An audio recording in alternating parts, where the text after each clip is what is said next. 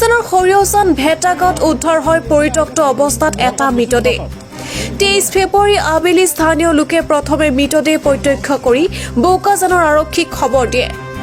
বোকাজানৰ আৰক্ষী উপস্থিত হৈ প্ৰাথমিক তদন্তৰ অন্তত মৃতদেহ নিজৰ জিম্মাত লৈ থানালৈ লৈ আনে পৰৱৰ্তী সময়ত পৰিয়ালৰ লোক উপস্থিত হৈ মৃতদেহ চিনাক্ত কৰে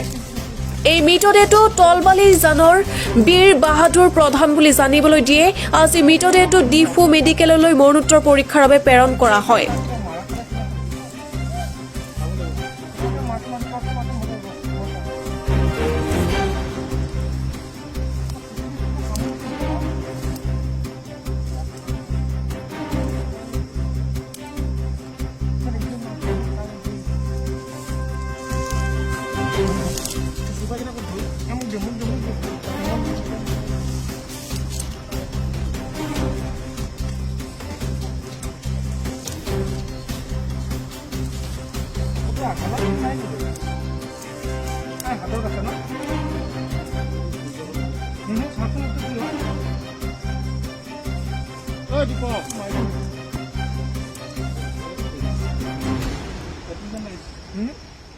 বীৰ বাহাদুৰ প্ৰধান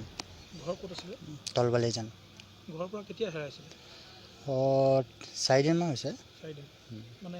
ঘৰৰ পৰা ওলাই যাওঁ বুলি তেওঁ নিজে কৈ গৈছিলে নেকি মানে কৈতো যোৱা নাই মানে সদায় কেতিয়াবা এনেকৈ কৰে আৰু হ'লেও আহি যায় ঘৰতে কি কাম কৰিছিলে তেওঁ তাই মানে এনে যোগালী কৰে আৰু মিস্ত্ৰী যোগালী পৰিয়াল কোন কোন আছিলে পৰিয়াল আছে দাদা মানে ভাই 3জন তাৰ তাৰপিছত মা আছে বাবাটো ঢুকাত 2 মাহ হৈছে তাৰপিছত ঘৰতে আৰু আছে বোৱাৰীহঁতি তেওঁ বিয়া পতা হয় মানে বয়স কিমান হ'ব তেখেতৰ বয়স আপোনাৰ এনে 38 36 এই কিবা এটা হ'ব আৰু কিবা সন্দেহ হৈছে নেকি মানে কেনেকৈ কি হ'ল নহয় সন্দেহটো কিবা কৰিব নোৱাৰোঁ মানে এদিন দুদিন আৰু এনেকৈ বাহিৰত থাকি যায় আৰু হ'লেও আহি যায় আপোনালোকে আজি কেনেকৈ গম পালে কোনে খবৰ দিলে খবৰ দিয়া মানে মই এনে ড্ৰাইভিং কৰোঁ মই বলেৰো মাল টানো তো মানে মই আজি যোন জেগা লাষ্ট পালে যে তাৰ ওচৰতে গৈছোঁ মানে বেছি দূৰ নহয় তাতে গৈ পেলাই আৰু তাৰে গাঁওবুঢ়া এজনে ক'লে মোক যে এনেকৈ এনেকৈ লাষ্ট পাইছে যে মানে ড্ৰাগছ খাই কৈছে তো মই মন কাণ দিয়া নাই এনেকুৱা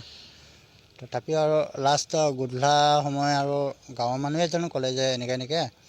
যে লাষ্ট পাইছে এটা